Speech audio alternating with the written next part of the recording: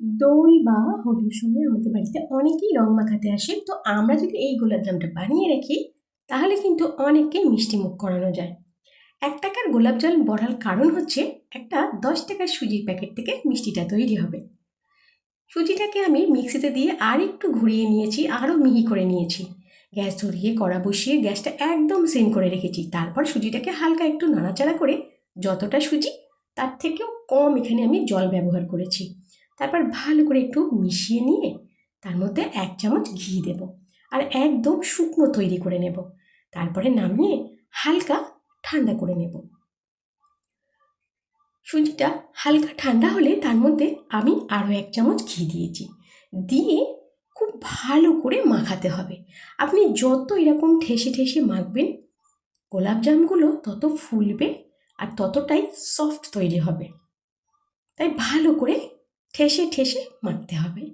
আর আমি এখানে দিয়ে দেব ১ চামচ ময়দা। ময়দাটা দিয়ে খুব ভালো করে মেশাবো। আর দিয়েছি আমি ২ চামচ গুঁড়ো দুধ। নর্মাল যেটা দোকান থেকে আমরা কিনি সেই গুঁড়ো দুধ এখানে ২ চামচ দিয়েছি। দিয়ে ভালো করে মেখে একটা ডো তৈরি করে নেব। হাতে যদি আটকায় তো হাতে একটু ঘি লাগিয়ে নেবেন। আর ছোট্ট ছোট্ট সেখান থেকে লেচি তৈরি করবেন, ছোট্ট ছোট্ট গোল গোল। আমি এটা পুরোপুরি গোল না করে দুটো সাইড একটু চ্যাপ্টা আছে, যেটা বোঝাতে পারছি কি না বুঝতে পারছি না, কিন্তু একটু চ্যাপ্টা। তার কারণ হলো, পুরোপুরি যদি গোল করে আপনি ওটা ভাজতে চান তো মাঝখান থেকে না একটু ফাটল ধরে নেবে। আর যদি একটু চ্যাপ্টা রাখেন তাহলে কিন্তু গোলাপজামগুলো ফাটবে না, উল্টে খুব ভালোভাবে ফুলবে। আমি এখানে খাবার সোডা বা বেকিং পাউডার কিছুই ব্যবহার করিনি। একদম নর্মালি আমি পুরো সমস্ত ছোট ছোট আমাদের গোলাপজাম তৈরি করে ফেলেছি। গ্যাস ধরিয়ে কড়া বসিয়েছি, তেল গরম হওয়ার পরে আমি এখানে সুজির গোলাপজামগুলো ভাজার জন্য দিয়ে দেব।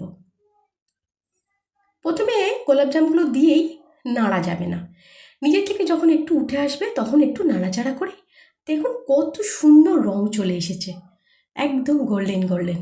এইবারে আমি এই গোলাপজামগুলোকে তুলে নেব। এইভাবে আমি সমস্ত গোলাপজামটা ভেজে নিয়েছি। এবার গ্যাস ধরিয়ে আমি আরেকটা অন্য কড়া বসিয়েছি, তার মধ্যে ১ বাটি চিনি দিয়েছি। ১ বাটি চিনির জন্য আমি এখানে ১.৫ বাটি জল দিয়েছি। জলটা ভালো করে একটু ফুটে উঠলে তার মধ্যে দিয়ে দেব একটা এলাচকে ফাটিয়ে আর সামান্য কয়েক ফোঁটা লেবুর রস। ভালোভাবে ফুটে গেলে গ্যাসটা বন্ধ করে দেব। এই রসটা একটু যখন ঠান্ডা হবে তখন আমি ভেজে রাখা সুজির গোলাপজামগুলো এর ভেতরে দিয়ে দেবো।